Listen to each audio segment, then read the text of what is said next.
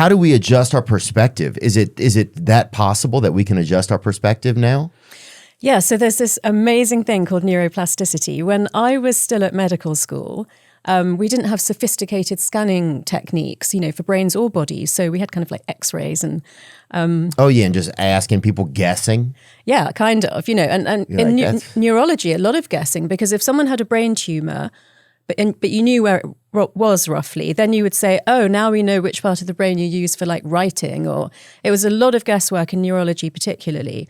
Once we could scan brains, we could see how healthy brains are working. So what's happening when you're experiencing an emotion, or you're recalling a memory, or you're making a decision, or, being really funny. We can see what's going on in the brain, which parts of the brain are interacting with each other, which systems are getting a lot of blood flow. And so we also then found out that, because we used to think that by the time you stopped physically growing, like age 18, that your brain became completely fixed, your personality, your IQ, etc. We now know that the brain actively grows and changes till we're about 25. So if you think of a newborn baby, it can't do anything. And within 18 months... It's ridiculous, really. Right.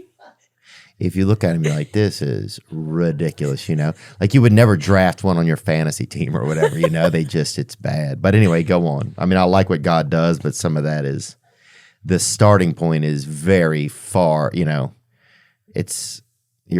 far off the line, it feels like. But isn't it incredible what happens within 18 months? Yeah. So, really then they're like walking, they can control their own bladder and bowels, they can speak up to 5 languages if they've been exposed to, different languages in the first few years of their life. So that's the biggest example of neuroplasticity. That change is incredible, as you've just said. And then in teenage, there's quite a lot of change. The brain becomes a bit more sophisticated for adulthood. And then this process is going on really actively till we're about 25. And then from 25 to sort of 70-ish, you have to put in more effort to get your brain to change, to get your brain to keep learning and growing. But it's absolutely possible. And for some people, it's okay to plateau. If you get a job that you love and you want to do that for the rest of your life, and you married your high school sweetheart and nothing really needs to change, that's fine too. But, for a lot of us, this opportunity to think that you can really change your personality, your career, your community, your resilience throughout your life is like a beacon of hope. So 100%. Yeah, because you start to think, oh, it's too late, but you're saying it's not. No. Wonderful. So once you know about, and also I'm doing that thing about saying so the whole time, which I'm going to stop doing. Do people say it a lot? Yeah. Who does? Americans? An American producer told me that everybody does it. Says so? Yeah. I don't know if we do. We might. I don't know. I don't know that much, but anyway, I'm hopeful that you know what you're talking about, because I don't, If you know about neuroplasticity, that means that you have some options to change the way that you behave in the outside world, or your thought patterns and your beliefs about yourself. Right. So you're saying there's still a lot of hope. There's still a lot of hope for people from 20 to 75. There's still it shouldn't be anything you feel hopeless about. Mm-hmm. Your brain, you can still, and that's the main thing you got to change. Yeah. And you might be able to identify what that is for yourself. But I think this Erikson's stages is a really helpful one, because people can go and look up the age that they were when they first felt abandoned or neglected, and then work out what their particular issue is and work on that. Is our perspective our brain? So this is called the hard problem of neuroscience, and that is the question of whether our brain is our mind or our mind is our brain. And basically, if we're being very scientific, then our consciousness, which is everything that we think and feel, arises from neurons and chemicals that are physically part of our brain. There's a big move more recently, and this has happened in the past. In ancient times, we believed in seers and shamans and mystics and, things like clairvoyance and claircognizance and things like that. And we've moved away from that in modern times. Yeah, we believe in a lot more astrology, the moon, that sort of thing as well. Yeah. Yeah. But science is now starting to look at some of this ancient wisdom in a way that we may have actually forgotten things that we knew before that are crucial to our mental health in the modern world. So I mentioned some of those things already, like drumming and chanting. But what we believe now is that our brain might actually be filtering our consciousness down so that we can survive in this material world. But actually, our minds are capable of a lot more than what we, think now. So in terms of perspective, that is all the filters that your childhood and your upbringing have put on how you see the world. And you can absolutely challenge your perspective. It's not your brain. It's a version of reality that your brain's creating. And I have some really favorite exercises that I have that people can do at home. So one is if I have a dilemma, or particularly if I'm really struggling and just feeling like things aren't going to work out, I describe myself sitting here, what I'm wearing at my age, and I ask the question, like, what should I do? Or, what's going to happen to me? Like, when you're really kind of a bit desperate. And then I get up and I walk 7 steps and I turn around and I say, I'm Tara, 7 years older than you. And I've seen what happens in your life in the next 7 years. And I answer the question, I give advice. So that's kind of like... Ooh, that's pretty cool. Thanks. Because you're kind of putting yourself in a place, and then you're using your same self. And my intuition. And your intuition. And who even knows what powers the world grants you if you say, okay, now I'm going to put myself 7 years ahead and speak back to myself. Mm-hmm. Yeah, it often feels like there's so many hidden abilities that we have that we just don't know about yet. Like even with like 5 senses, it's like, I bet there's 30 senses. We just don't even know some of what they are yet. There's up to 33. Is there really? I went to... Dude, they told us there's 5. Did they tell you that, dude? Well, not at medical school. At medical school, I obviously knew there's more than 5, but I didn't know there's like 22 to 33. They don't trust us with them, dude. I think, you got to, I guess if you go to school, you get more senses. You don't get more. You've got them as well. You've got chronoception. You understand the passing of time. You've got... I got 5, but they give you 5 senses. Yeah. Right? Touch, feel. Touch and feel are the same. Okay. Sorry. My bad, doc. Touch. Taste, smell, sight. Hearing. And hearing. Yeah. Sorry.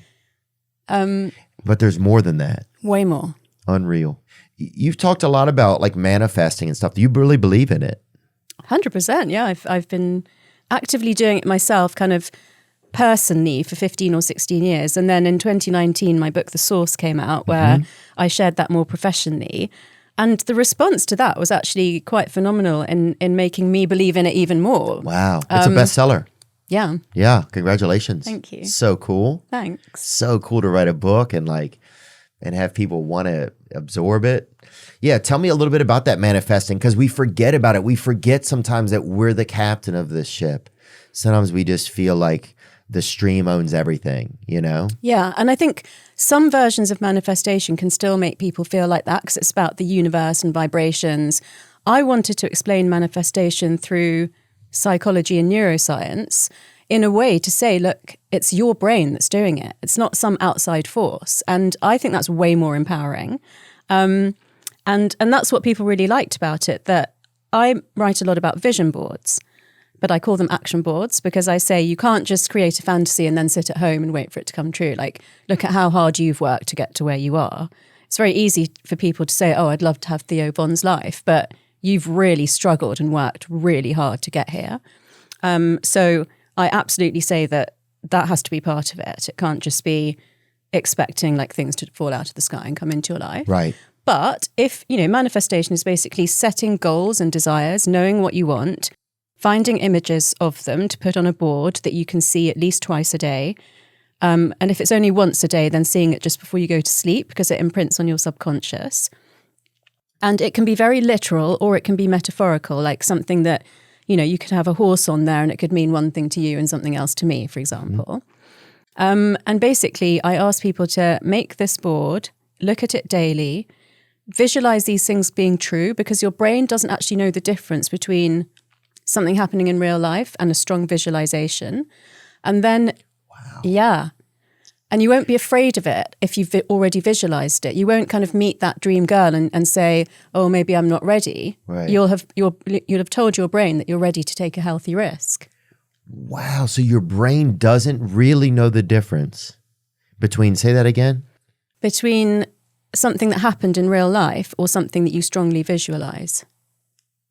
Wow, it's the same reason why when we watch a movie or something, we're able to get lost in it. Yeah. We're able to believe in it because wow, so you could create enough of a visualization for yourself if you really were to powerfully start to focus on it and do that and build that ability to visualize something that your brain at one point would have to think it's so true that the world would meet you and put it into your life. I love the way you put that. Wow. Dude, that's crazy. And that's what feels like another sense that to me feels like another sense that like 200 years from now, they're going to be like, people are just going to be manifest. It's just everything, dude, everything's going to be so over manifested. But you know what it is? That's one thing that I feel like there's like some elite people in the world and they really learned that. Sometimes when I see some people who are operating at a very elite level or the deep state or whatever, I start thinking, oh, that's what they're using to the best of their ability. Wow. Yeah, your brain, and then the world is like, oh, well, it has to have happened because they put it in there so much. That's crazy. And what kind of things can you manifest? Off the example, because people write to me all the time saying what they manifested. So it could be a certain kind of home, a relationship, a family, pregnancy, their own career. A lot of it's like quitting their job and actually starting up the business that they've always wanted to do. Travel is quite a big one. Yeah. You have so much potential in your brain. Your brain is amazing. And if you know how to use it properly, you can make your life so much better than you ever dreamed it could be. Really? Yes. Wow. How does somebody who doesn't believe that start to believe it?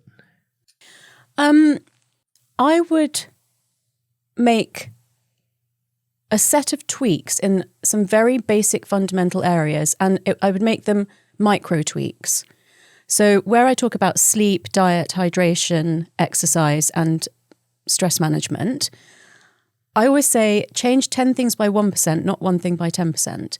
So if you went to bed half an hour earlier, or you drank an extra glass of water every day, or you ate some more vegetables, and you walked 1,000 steps more than you usually do, and spent some time in nature, and we haven't even talked about neuroaesthetics, which is a whole other topic. Oh, gosh. Yeah.